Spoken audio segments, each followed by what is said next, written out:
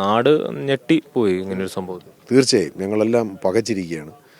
നമ്മൾ ഒരിക്കലും ഇങ്ങനെ ഒരു പ്രതീക്ഷയില്ല. കുഞ്ഞിനെ പോലും വെറുതെ വിട്ടില്ല എന്ന് പറയുമ്പോൾ ഏത് മാനസികാവസ്ഥയിലായിരിക്കും അവനത് ചെയ്തിട്ടുള്ളതെന്നുള്ള കാര്യമാണ് വലിയ കഷ്ടം, വല്ലാത്ത ദുഃഖകരമാണ്.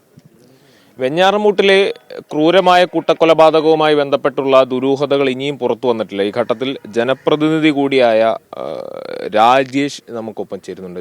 ഇവിടുത്തെ പഞ്ചായത്ത് പ്രസിഡന്റാണ്. ഈ അഫാനുമായി ബന്ധപ്പെട്ട് ലഹരിയുമായി ബന്ധപ്പെട്ട് ചില സാധ്യതകളുണ്ട് എന്ന് പറയുന്നു. അതിന് ഏതെങ്കിലും സൂചന ഉണ്ടോ? നമുക്ക് ഇന്നലെ ഈ സംഭവം നടന്നതുവരെ അത്തരത്തിലുള്ളൊരു സൂചനയില്ല. ആ പയ്യനെ സംബന്ധിച്ച് പഴയകാലത്ത് കുറച്ച് നന്നായി സമൂഹമായിട്ട് ഇടപെടുന്ന ആളായിരുന്നു. കോവിഡ് സമയത്തൊക്കെ ഇവിടുത്തെ ചെറുപ്പക്കാരുമായിട്ടൊക്കെ നല്ല സഹകരണമായിരുന്നു.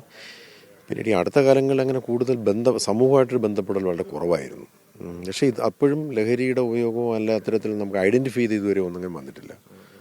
അങ്ങനെയൊന്നും വന്നിട്ടില്ല. അങ്ങനെ ചെയ്യേണ്ടതായ ഒരു സാഹചര്യം യഥാർത്ഥം നമുക്ക് ഇതുവരെയും ഫീൽ ചെയ്തിട്ടില്ല. കുടുംബത്തിന് സാമ്പത്തിക പ്രതിസന്ധി ഉണ്ടായതായി നേരത്തെ തന്നെ അറിവുള്ളതാണല്ലോ. എൻ്റെ ഉമ്മ പറയാറൊക്കെ ഉണ്ട്, സാമ്പത്തിക പ്രതിസന്ധി പറയാറുണ്ട്. പക്ഷേ ഗൾഫിലുള്ള അദ്ദേഹവും അവിടുത്തെ ചില പ്രശ്നങ്ങളും മറ്റുമൊക്കെ സൂചിപ്പിക്കുന്നുണ്ട്, പല നാട്ടുകാരുടെയൊക്കെ പറയുന്നുണ്ട്. പക്ഷെ അത് ഇയാളെ ബാധിക്കേണ്ട കാര്യം ഇല്ല എന്നുള്ളതാണ്. അങ്ങനെ ഉണ്ടെങ്കിൽ ഇയാൾ തന്നെ വരുത്തി വെച്ച ഇയാൾ തന്നെ ഉണ്ടാക്കിയ സാമ്പത്തിക പ്രതിസന്ധി മറ്റൊക്കെ ആയിരിക്കും. പക്ഷെ അപ്പോൾ സ്വന്തമായിട്ടുണ്ടാക്കിയ ചില സാമ്പത്തിക പ്രതിസന്ധികളും പ്രശ്നങ്ങളും ഉണ്ടായിരുന്നു എന്നാണ് ഇന്നലെ പറയുന്നുണ്ട്. ആൾക്കാർ കടം വാങ്ങിച്ചിട്ടുണ്ടെന്നും സ്റ്റേഷനിൽ തന്നെ അയാൾ റിപ്പോർട്ട് ചെയ്തേക്കുന്നത് ഞാൻ ആൾക്കാർക്ക് സാമ്പത്തിക പ്രതിസന്ധി ഉണ്ട് എന്ന് അയാൾ സ്റ്റേഷനിൽ തന്നെ ഇന്നലെ പറയുന്നവർക്ക് അതും പറയുന്നുണ്ട് അയാൾ. പക്ഷെ അതിനിങ്ങനെ ഇത്രയും ക്രൂരമായി ചെയ്യേണ്ട കാര്യം ഉണ്ടോ എന്നുള്ളതാണ് നാടും ചിന്തിക്കുന്നത്. ഏറ്റവും അടുത്ത ആളുകളെയാണ് കൊല ചെയ്തിട്ടുള്ളത്.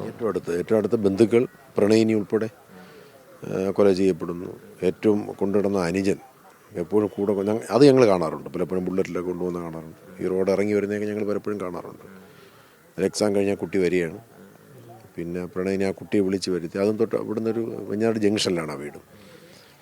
വരിയാപ്പയുടെ വീട് ഇവിടുന്ന് ഒരു 4 കിലോമീറ്റർ അപ്പുറത്താണ്. അപ്പോൾ എല്ലാം അടുത്തടുത്ത് പോയി ഇത്രയും ചെയ്ത് പ്ലാൻഡായിട്ട് ചെയ്യുക എന്ന് പറഞ്ഞാൽ ഒരു പ്രത്യേക മാനസികാവസ്ഥയായിരിക്കും. അവിടെ ഇനി ലഹരി ഉപയോഗിക്കുന്നുണ്ടോ അല്ലെങ്കിൽ വേറൊരു തലത്തിലേക്ക് പോയിട്ടുണ്ടോ എന്ന കാര്യത്തിൽ നമുക്കൊന്ന് അന്വേഷിക്കേണ്ടതാണ്.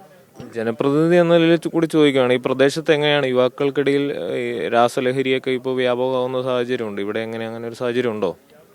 നമ്മുടെ കേരളത്തിലെ എല്ലാ സമൂഹത്തിലുള്ളവരും ഇവിടെ ഉണ്ടെന്ന് തന്നെ പറയാം. അമിതമായൊന്നുമില്ല.